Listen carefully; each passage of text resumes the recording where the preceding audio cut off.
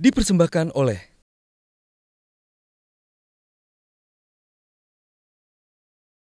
Saya ingin Pak Arif Daryanto. Mas Arif, soal dana desa dan kemiskinan pedesaan, seperti apa sebetulnya gambarannya Pak Arif? Oke, baik. Nah, persoalannya terkait dengan kemiskinan, saya melihat bahwa alokasi dana desa itu masih didominasi oleh pembangunan sarana dan prasarana fisik. Statistik saya Pak di lapangan lebih dari 80% masih di situ kita. Nah, sementara yang diinginkan oleh Pak Gunawan tadi tentang pemberdayaan masyarakat itu just only 6 to 10%, hanya 6 sampai 10%. Nah, apakah ini terkait dengan kemiskinan? Nah, ini perlu untuk kita studi karena memang kalau terkait dengan kemiskinan kan harus jangka panjang. Lalu saya juga seringkali mempermasalahkan tentang formula. Aturan dasarnya kan 90% untuk semua desa itu sama, variabelnya cuma 10%. Nah, apakah ini justru tidak menimbulkan ketimpangan, Pak? Nah, jadi kalau sebuah provinsi atau kabupaten memiliki banyak desa, banyak dana desa yang dialokasikan ke sana, padahal belum tentu berbanding terbalik atau belum tentu selaras dengan jumlah penduduk miskin yang ada di kabupaten itu. Yang saya khawatirkan dengan dana desa nanti banyak sekali tumbuh desa-desa baru gitu, Mas Tommy. Karena banyak dananya ya. Karena banyak terima kasih Mas dananya. Arif. Sekarang melihat satu aspek lain, yaitu soal digital ekonomi. Ini sesuatu yang menarik dan mudah-mudahan bisa menjadi penggerak perekonomian kita, digital ekonomi. Saya ingin Pak Rudi Antara untuk bisa menjelaskan. Ibu Bapak sekalian, kalau kita bicara digital ekonomi ke depannya, sesungguhnya kalau kita bicara yang dasarnya adalah broadband. Bahasa pasarnya itulah internet kecepatan tinggi, udah itu aja selesai. Nah, dalam broadband itu ada 3 ekosistem. Namanya biasanya disebut NDA, Network, Device, dan Applications. Nah, digital ekonomi lebih banyak di applicationsnya. Tapi tanpa network, tanpa device, ini tidak bisa jalan. Kebijakannya apa? Jadi kita berpikirnya kembali kepada Indonesia sentris. Apa? Bangun Palaparing. Palaparing sebetulnya konsepnya sudah 12 tahun lalu. Ya, ada. Yang beda adalah eksekusi. Bagaimana menstruktur eksekusinya. Targetnya adalah Palaparing. Tahun 2019, semua kabupaten, kota madya seluruh Indonesia, setidaknya kabupaten di ibu kotanya, itu harus sudah punya akses internet kecepatan tinggi. Bagaimana menstrukturnya? Bagaimana membiayainya? Kita libatkan swasta. Kita struktur Palaparing 3 paket, itu PPP semua. Menjadikan Kominfo itu paling banyak PPP-nya, pendanaannya. Kemudian tahun depan satelit juga kita akan PPP-kan lagi. Tidak usah dari cash flow tahunan APBN fiskalnya. Karena kan ruang fiskal kita terbatas. Inilah cara kita membangun. Itu dari network, sekarang dari device. Tahun-tahun sebelumnya pada saat 2014, kita itu belanja ponsel dari luar negeri Pak. 1 tahun itu 50-60 juta. Belum yang kapal selam. Artinya yang KW dan lain sebagainya. Akibatnya apa? Defisit transaksi perdagangan kita itu sekitar 4-5 miliar yang resmi Pak. Jadi kami keluarkan kebijakan untuk 4G TKDN 30%. 4 miliar dolar ya? 4-5 miliar dolar. Ya. Nah, TKDN ini juga friendly, tidak hanya kepada hardware, karena kan pemikirannya maunya pindahkan ke Indonesia manufaktur. Nah, saya belajar dari Pak Dede, Pak Hatip Basri. Contoh di Tiongkok, iPhone kan di Tiongkok, ya. Itu dari 1.700-1.800 komponen, yang dari dalam negeri Tiongkoknya hanya 200 komponen. Ya. The winner itu Korea, karena dia memasuk 800 komponen ke Tiongkok. Taiwan memasuk juga komponen ke Tiongkok. Jadi Tiongkok itu sebetulnya is not the winner untuk iPhone, kasus iPhone. Karena dibedah bagaimana value change-nya semuanya. Nah, akibatnya kita boleh manufaktur, boleh software. Kenapa? Aplikasi. Karena apa? Masa depan itu adalah di aplikasi. Jadi network, device, dan terakhir adalah applications. Application-nya inilah yang berkembang banyak semua.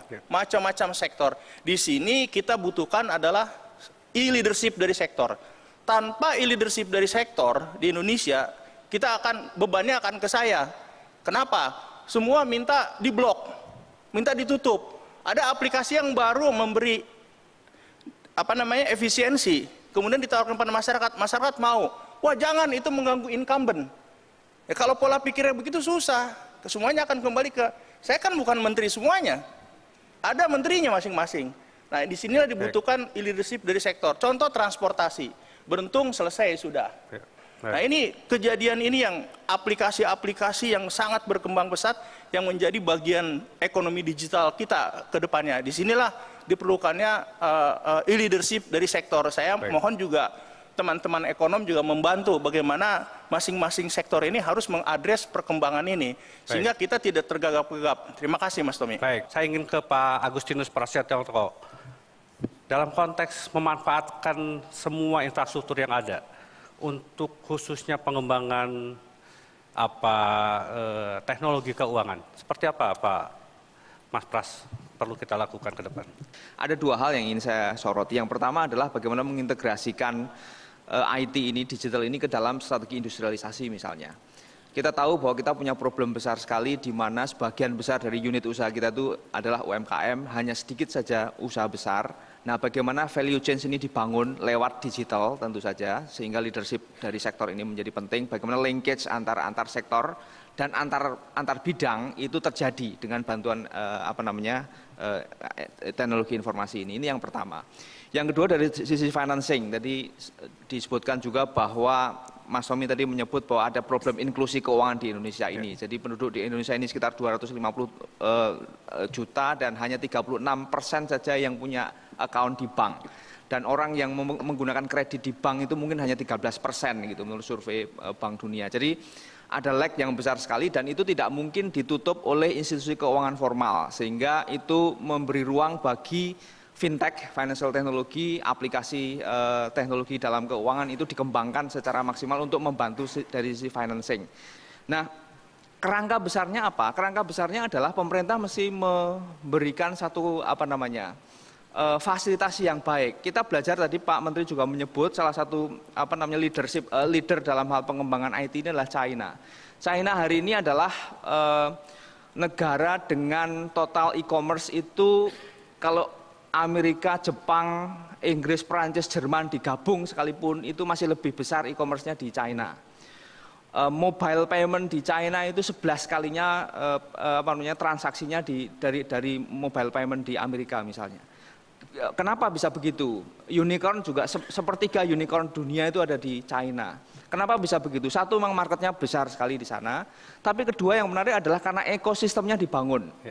Dan yang ketiga adalah bahwa pemerintah itu membantu unit-unit usaha itu untuk menjadi adopter pertama untuk teknologi. Nah, artinya apa? Artinya adalah bahwa memang harus ada kerangka kebijakan yang baik. Dalam hal ini pemerintah itu memfasilitasi, melakukan intervensi, tapi juga menginkubasi dalam waktu yang bersamaan. Sehingga memang muncul startup yang tangguh. Terima kasih Pak Pras. Saya menarik. Saya ingin sekarang Pak Wijayanto Samirin mengenai e-commerce tadi menarik Pak Pras juga menyampaikan. Bagaimana kemudian kita bisa pergunakan untuk meningkatkan lapangan pekerjaan dan menggerakkan ekonomi, Mas Wijayanto? Makasih Mas Tommy. Ada beberapa hal yang sebenarnya perlu kita lakukan dalam waktu dekat dan ini saya pikir pemerintah termasuk Pak Rudiantara sudah sangat aware. Ada beberapa upaya untuk memperbaiki regulasi. Misalnya begini, ada unfairness terkait perlakuan pajak. Produk yang dibuat di Indonesia, dijual di Indonesia, kena PPN, korporasi penjualnya kena corporate tax. Sementara produk yang import kadang-kadang zero tax. Bagaimana mereka masuk? Pertama, mereka masuk melalui importir UKM. Karena UKM kalau salesnya di bawah 4,8 miliar itu bebas PPN. Kemudian UKM ini mengimport dengan nilai kecil-kecil, di bawah 100 US dollar. Kalau di bawah 100 US dollar itu bebas pajak import. Artinya ada unfairness treatment bagi produk di Indonesia dijual melalui cara-cara konvensional dengan produk yang langsung masuk ke Indonesia melalui cara-cara yang modern seperti ini. Jadi dalam jangka pendek memang perlu didorong, pemerintah sudah sangat aware dan sedang membicarakan sangat intensif hal ini, kebijakan pajak yang mendorong fairness. Bukan untuk menyetop pertumbuhan e-commerce, tetapi untuk mengatur supaya kita di masa depan mempunyai struktur ekonomi yang ideal. Dipersembahkan oleh